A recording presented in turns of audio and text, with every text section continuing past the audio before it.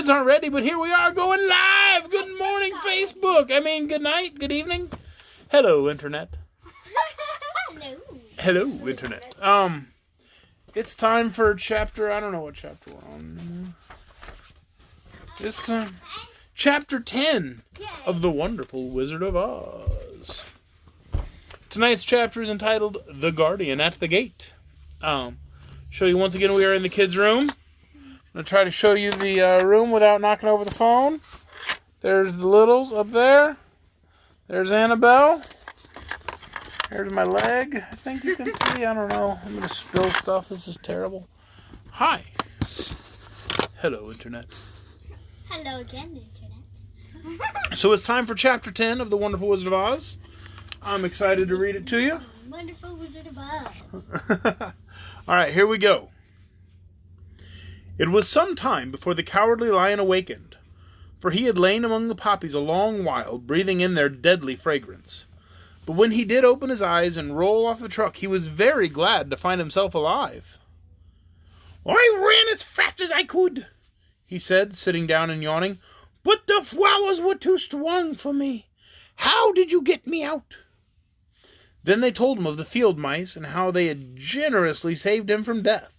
And the Cowardly Lion laughed and said, "I've always thought myself very big and very terrible. Yet such little things as flowers came near to killing me. And such small animals as mice have saved my wife. How strange it all is! But comrades, what shall we do now?" "We must journey on until we find the road of yellow brick again," said Dorothy, "and then we can keep on to the Emerald City." So the lion, being fully refreshed and feeling quite himself again, they all started upon the journey, greatly enjoying the walk through the soft, fresh grass. It was not long before they reached the road of yellow brick and turned again toward the Emerald City, where the great Oz dwelt. The road was smooth and well paved now, and the country about was beautiful, so that the travelers rejoiced in leaving the forest far behind, and with it the many dangers they had met in its gloomy shades. Once more they could see the fences built beside the road, but these were painted green, and when they came to a small house in which a farmer evidently lived, that also was painted green. They passed by several of these houses during the afternoon, and sometimes people came to the doors and looked at them, as if they would like to ask questions, but no one came near them nor spoke to them because of the great lion, of which they were very much afraid. The people were all dressed in clothing of a lovely emerald green color, and wore peaked hats like those of the Munchkins. "This must be the land of Oz," said Dorothy, "and we are surely getting near the Emerald City." "Yes," answered the Scarecrow, "everything is green here, while in the country of the Munchkins blue was the favorite color.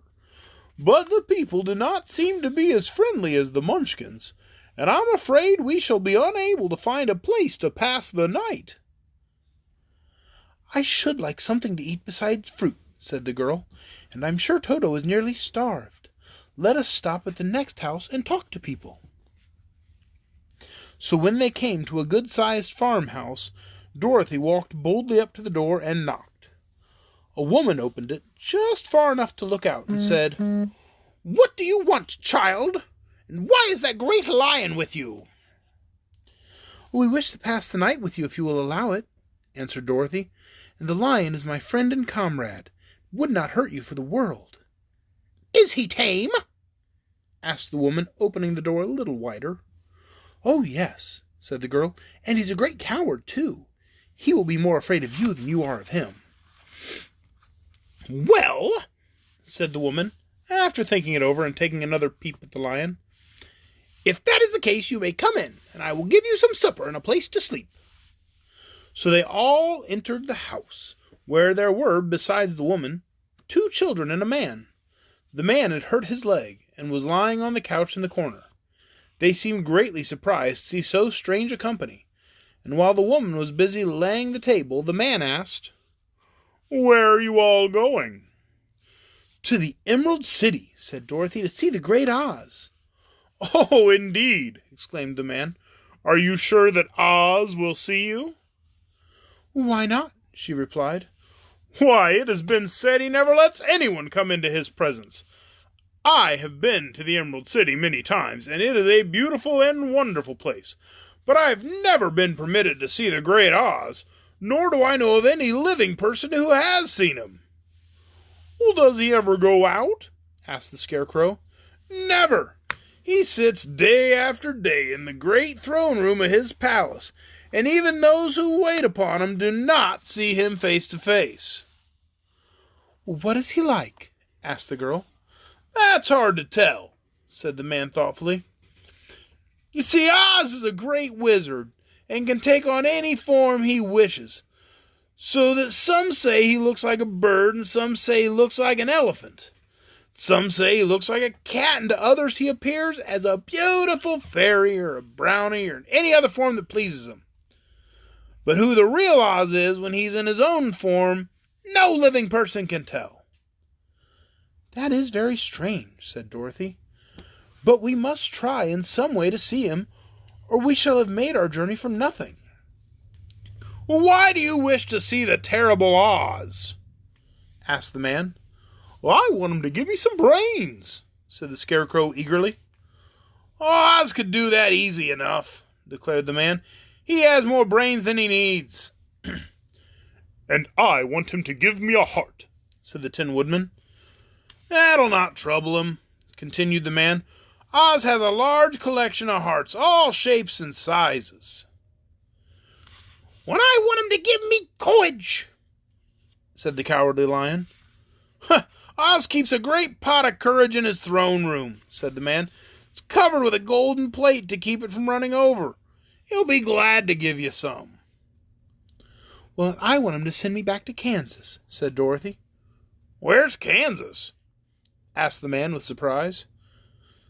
"I don't know," replied Dorothy sorrowfully, "but it is my home, and I'm sure it's somewhere." "Very likely.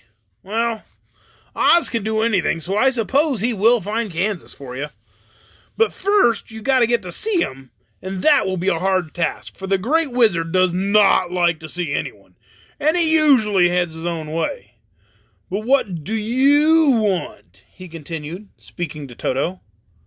Toto only wagged his tail, for, strange to say, he could not speak.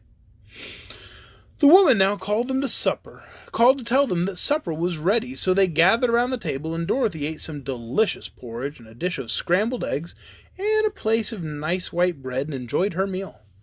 The lion ate some of the porridge, but did not care for it, saying it was made from oats, and oats were food for horses, not for lions. The Scarecrow and the Tin Woodman ate nothing at all. Toto ate a little of everything, and was glad to get a good supper again. The woman now gave Dorothy a bed to sleep in, and Toto lay down beside her, while the lion guarded the door of her room so she might not be disturbed. The Scarecrow and the Tin Woodman stood up in a corner and kept quiet all night, although, of course, they could not sleep. I want to show you a picture. There's a picture of them eating dinner. It's a cool picture. Can I see it? The pictures in this book are actually really, really cool. This is a 100th anniversary edition of the original printing of the first book, so they have like recreations of all the old pictures. It's really cool. The next morning, as soon as the sun was up, they started on their way, and soon saw a beautiful green glow in the sky just before them. "That must be the Emerald City," said Dorothy. As they walked on, the green glow became brighter and brighter, and it seemed that at last they were nearing the end of their travels. Yet it was afternoon before they came to the great wall that surrounded the city. It was high and thick and of a bright green color. In front of them, at the end of the road of yellow brick, was a big gate, all studded with emeralds that glittered so in the sun that even the painted eyes of the Scarecrow were dazzled by their brilliancy. There was a bell beside the gate, and Dorothy pushed the button and heard a silvery tinkle sound within. Then the big gate swung slowly open, and they all passed through and found themselves in a high arched room, the walls of which glistened with countless emeralds. Before them stood a little man, about the same size as the Munchkins. He was clothed all in green from his head to his feet. Even his skin was of a greenish tint. At his side was a large green box. When he saw Dorothy and her companions, the man asked, "What do you wish here in the Emerald City?" "We came to see the Great Oz," said Dorothy. The man was so surprised at this answer that he sat down to think it over. "It has been many years since anyone asked me to see Oz," he said, shaking his head in perplexity. "He is powerful and terrible, and if you come on an idle or foolish errand to bother the wise reflections of the great wizard, he might be angry and destroy you all in an instant." "But it is not a foolish errand, nor an idle one," replied the Scarecrow.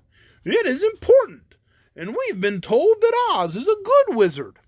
"So he is," said the Green Man, "but he rules the Emerald City wisely and well. But to those who are not honest, or who approach him from curiosity, he is most terrible, and few have ever dared to ask to see his face. I am the guardian of the gates, and since you demand to see the Great Oz, I must take you to his palace. But first you must put on the spectacles." "Why?" asked Dorothy. "Because if you did not wear the spectacles, the brightness and glory of the Emerald City would blind you. Even those who live in the city must wear spectacles day and night. They are all locked on, for Oz so ordered it when the city was first built, and I have the only key that will unlock them." He opened the big box, and Dorothy saw that it was filled with spectacles of every size and shape. All of them had green glasses in them. The guardian of the gates found a pair that would just fit Dorothy, and put them over her eyes. There were 2 golden bands fastened to them that passed around the back of her head, where they were locked together by a little key that was the end of a chain the guardian of the gates wore around his neck. When they were on, Dorothy could not take them off had she wished. But of course she did not wish to be blinded by the glare of the Emerald City, so she said nothing. Then the Green Man fitted spectacles for the Scarecrow and the Tin Woodman and the Lion, and even on little Toto, and all were locked fast with the key. Then the guardian of the gates put on his own glasses and told them he was ready to show them to the palace.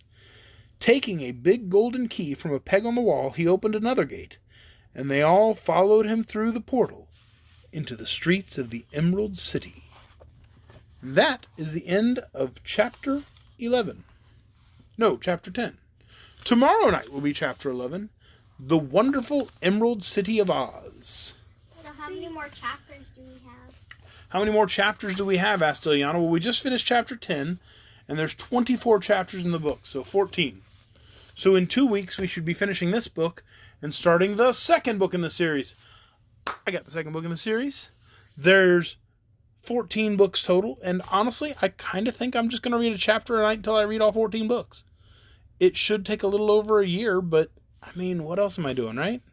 And it's kind of a cool bonding experience for me and the kids, and I'm really enjoying doing this. And even if nobody ever watches any of them, I'll be glad to have done it. So that's the plan. As for tomorrow night's chapter, I'm kind of confused. I don't know what's going on with the spectacles. The green-colored glasses everyone's having to wear. That seems strange. I will be very interested to find out. Like normal glasses. No, they have like green lenses in them, according to the book. So I don't know what that means. I don't know why everybody has to wear green glasses. I'm not sure what that's up with that.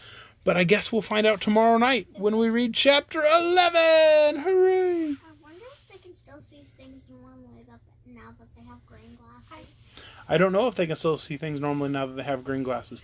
I'm having to repeat your question because I don't think anybody on the internet can hear it. What's Annabelle's question? I feel like the book has more adventure than the movie. She says the book has more adventure than the movie. It absolutely does. There is a lot of things in the book that does not get into the movie. And in the movie, the slippers are ruby, right? Yeah. And in the book, they're silver. Yeah. So there are a lot of changes between the book and the movie. And quite frankly, I really like the books. So, thanks everybody for watching.